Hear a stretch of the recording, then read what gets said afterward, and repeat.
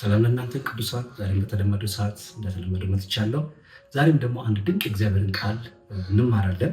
የማካፍላችሁ ክፍል ያለው መክብብ ምዕራፍ 9 ከ11 እስከ 12 ትንሽ ክፍል ነች፣ ግን ጥልቅ ነገር የያዘ ሀሳብ ነው። እሱ ብቻ አካፍላችኋለሁ። በጌታ በኢየሱስ ስም አነባለሁ። እኔም ተመለስኩ፣ ከፀሐይ በታችም ሩጫ ለፈጣኖች፣ ሰልፍም ለኃያላን፣ እንጀራም ለጠቢባን፣ ባለጠግነትም ለአስተዋዮች፣ ሞገስም ለአዋቂዎች እንዳልሆነ አየሁ። ጊዜና እድል ግን ሁሉን ይገናኛቸዋል። ሰውም ጊዜውን አያውቅም። በክፉ መረብ እንደተጠመዱ አሳዎች፣ በወጥመድም እንደተያዙ ወፎች እንዲሁ የሰው ልጆች በክፉ ጊዜ በድንገት ሲወድቅባቸው ይጠመዳሉ እያለ ይናገራል። ዛሬ የማካፍላችሁ የትምህርት ርዕስ ካይሮስ በሚል ርዕስ የእግዚአብሔርን ቃል እንመለከታለን።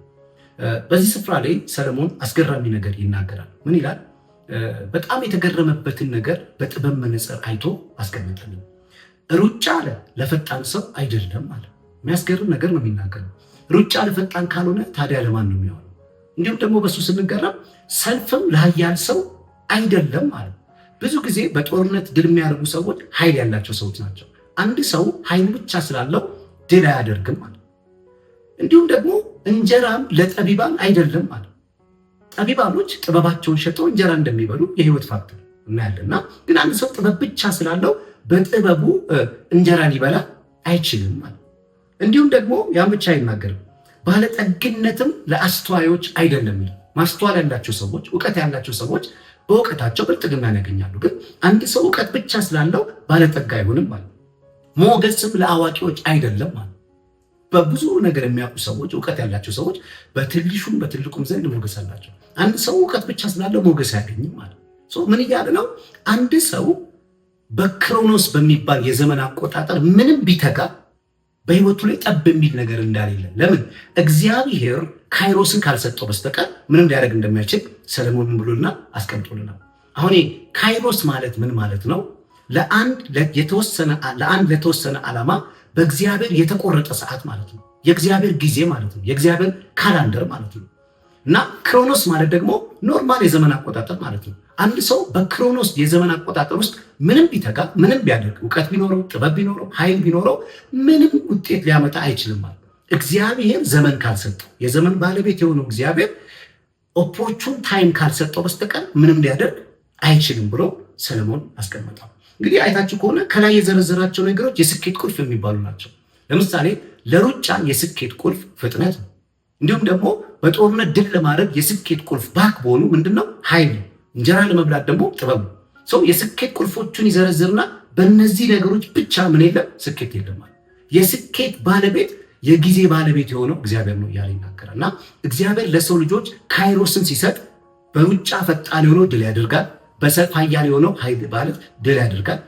እግዚአብሔር በሚሰጠን ዘመን አቆጣጠር እንደምንባረክ መጽሐፍ ቅዱስ ይናገራል። እንግዲህ እግዚአብሔር ለሰው ልጆች ዘመንን ሰጥቶ እግዚአብሔር ለሰው ልጆች ስኬታቸው የሚወጣበት፣ ዝናቸው የሚወጣበት፣ ወይም ደግሞ ድሃ ከነበረ የሚበለጥግበት፣ በቅባት ደግሞ በታች ሆኖ ሲያገለግል የነበረ ከፍ የሚልበት ካይሮስ የሚባል ዘመንን ሲሰጠው የዘመን እንቅፋቶች ደግሞ እግዚአብሔር ዘመንን ሲያመጣልህ መልካም ጊዜ ሲሰጥ ያንን መልካም ጊዜ ሊያጨነግፍ በላይፍ ውስጥ ደግሞ የሚገቡ ምኖች አሉ?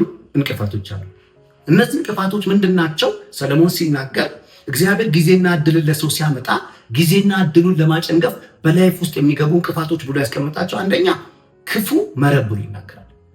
አንዳንዴ አይታችሁ ከሆነ ወፎች እንደ ኖርማሉ ጊዜ በአየር ላይ እየበረሩ ምግባቸውን ለማግኘት የተለያየ ነገር ለማድረግ በረው መሬት ላይ ሲያርፉ፣ መሬት ላይ ግን ባላሰቡት ሰዓት ምን ተጠምዶ ያገኛሉ? ወጥመድ ተጠምዶ ያገኛሉ። ያንን እነሱ ያዩት ጥራጥሬውን ለመልቀም ሲሄዱ ግን መረብ ምን ብሎላቸዋል? ወጥመድ ምን ብሎላቸዋል? ተጠምዶላቸዋል። በዛ ወጥመድ ይያዛሉ። እንደሚያዙ እንደሚጠመዱ ቢያውቅ ኖሮ በዛ አቅጣጫ ይሄዱ ነበር። ልክ እንደዚሁም ደግሞ አዳኝ ወጥመድ ደግሞ የሚባል ነገር አለ። ይሄ ወጥመድ ደግሞ አሶች እንደ ኖርማሉ ጊዜ በባህራቸው ውስጥ እየሄዱ እያለ ባልጠበቁበት ሰዓት ላይ ክፉ መረብ ምን ያደርጋቸዋል? ያጠምዳቸዋል። ልክ እንደዚሁ አለ የሰውም ልጅ ባላሰበው ሰዓት በድንገት ምን ያደርጋል? ይጠመዳል እያለ ድንገተኛ ጊዜ እንዳለ መጽሐፍ ቅዱስ ይናገራል። ካይሮሳችሁን የሚያጨነግፍ፣ ዘመናችሁን የሚያበላሽ፣ እግዚአብሔር የሰጣችሁን የድል ጊዜ የበረከት ጊዜ የሚያጨነግፍ በመናፍስቱ ዓለም ታቅዶ የሚመጣ ክፉ ጊዜ እንዳለ ወይም ደግሞ ወጥመድና መረብ እንዳለ መጽሐፍ ቅዱስ ምን ያደርጋል? ይናገራል። ስለዚህ ይሄንን ወጥመድ ሰው በጥበቡ አያልፍም ማለት፣ ይሄንን ወጥመድ ሰው በኃይሉ አያልፍም ማለት፣ ይሄንን ወጥመድ ሰው ባለው እውቀት በምድራዊ ታለንቱ አያልፍም ማለት፣ በእግዚአብሔር ብቻ ነው ምን የሚለው የሚያልፈው ብሎ ሰለሞን ያስቀምጠዋል።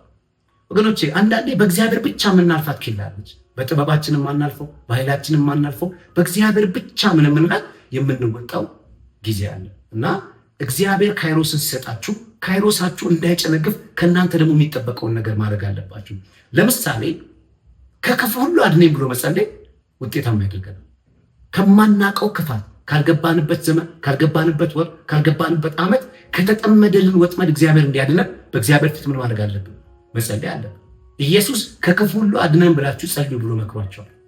አያችሁ፣ ከክፉ ሁሉ እንድንጠበቅ ምን ማድረግ አለብን? መጸለይ አለብን። አንድ ሰው ላሳያችሁ።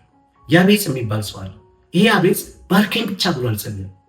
ባርከኝ አለ፣ አገሬን አስፋ አለ፣ እጅ በመሬቱን ካለ በኋላ መጨረሻን ሲጠቀልል እንዳያሳዝነኝ ከክፋት ጠብቀኝ ብሎ ጸልዮአል። ሳላስበው መጥቶ ከሚያጠምደኝ አንተ የሰጠኝን ዘመን ካይሮስን ከሚያበላሽ ከክፉ ጊዜ ጠብቀኝ ብሎ ምን አድርጓል? ጸልዮአል። እግዚአብሔርም ደግሞ የለመነውን ሁሉ ሰጥቶት ከወንድሞቹ ሁሉ ይልቅ የተከበረ እንዳደረገው ትመለከታላችሁ። ስለዚህ ዛሬም በህይወታችሁ ካይሮስን እግዚአብሔር በህይወታችሁ ሲያመጣ የድል ጊዜ፣ የመባረክ ጊዜ፣ የመወደድ ጊዜ ወይም ደግሞ ጸጋችሁ ኦቨርሻይን የሚያደርግበትን ጊዜ ሲያመጣ አት ሴም ታይም ደግሞ ያንን ጊዜ ለማጥመድ የሚመጣ ክፉ ነገርም እንዳለ ማሰብ አለባችሁ። ከነዚህ ነገር ጌታ እንዲጠብቃችሁ፣ በእጁ ጥላ እንዲሰውራችሁ፣ በሰገባው እንዲሸሽጋችሁ በእግዚአብሔር ፊት ምን ማድረግ አለባችሁ? ዘመናችሁን ይዛችሁ መቅረብ አለባችሁ። እግዚአብሔር ዘመናችሁ ምን ያደርገዋል? ያጥረዋል። ስለዚህ እግዚአብሔር ካይሮስ ለሰው ልጆች አለው። ካይሮስ ማለት ለአንድ ዓላማ የተወሰነ በእግዚአብሔር የታቀደ ጊዜ ወይም ደግሞ አንድን ነገር ማድረግ የምንችልበት እድል ማለት ነው። እግዚአብሔር ጊዜውንም እድሉንም ለእኛ ይሰጠናል። ሁሉ ነገራችን እንዲወጣ ጊዜውም እድሉም ወደኛ ሲመጣ በዛው ልክ ደግሞ ጠላት ደግሞ ወጥመዱን ይዞ ይመጣል እና መንቃት አለብን። እንዲሁም ደግሞ እግዚአብሔር በዘመን ላይ አይናችንን እንዲከፍተው ባልገባንበት ዘመን የተነጣጠረውን መረብ ባልገባንበት ዘመን የተነጣጠረብን ወጥመድ ለማየት እግዚአብሔር የውስጥ አይናችንን እንዲያበራ እንደ ይሳኮር ልጆች በጥበብ መንፈስ አይኖቻችንን እንዲከፍት በዘመኑ ላይ አይኖቻችንን እንዲከፍት ምን ማድረግ አለብን? መጸለይ አለብን። ስለዚህ ካይሮሳችሁ በጌታ በኢየሱስ ስም አይጨነግፍም። እግዚአብሔር የሰጣችሁ መልካም ጊዜ፣ እግዚአብሔር የሰጣችሁ በጎ ጊዜ በናዝሬቱ ጌታ በኢየሱስ ስም በጠላት ወጥመድ በጠላት መረብ በኢየሱስ ስም በክፉ ቀን እንዳይጨነግፍ በናዝሬቱ ጌታ በኢየሱስ ባረካችኋለሁ፣ ጸልይላችኋለሁ። ክፉን እግዚአብሔር ከመንገዳችሁ ያርቅ። እግዚአብሔር ከእናንተ ጋር ይሁን። በደሙ ሸፍናችሁ ዘመናችሁ፣ ህይወታችሁ፣ መንገዳችሁ እግዚአብሔር የሰጣችሁ ሲዝን በደሙ ይሸፈን። ተባረኩ። ሻሎም ሻሎም። ቅዱሳን ፕሮፌት ዳኒ ነኝ፣ የእናንተ አገልጋይ። እግዚአብሔር በሰጠኝ ጸጋ እንግዲህ በሳምንት አንዳንዴ የሚለቀቁ ትምህርቶች አሉ። በዚህ ትምህርት ከተባረካችሁ ከተነካችሁበት ሼር፣ ሰብስክራይብ አድርጉ።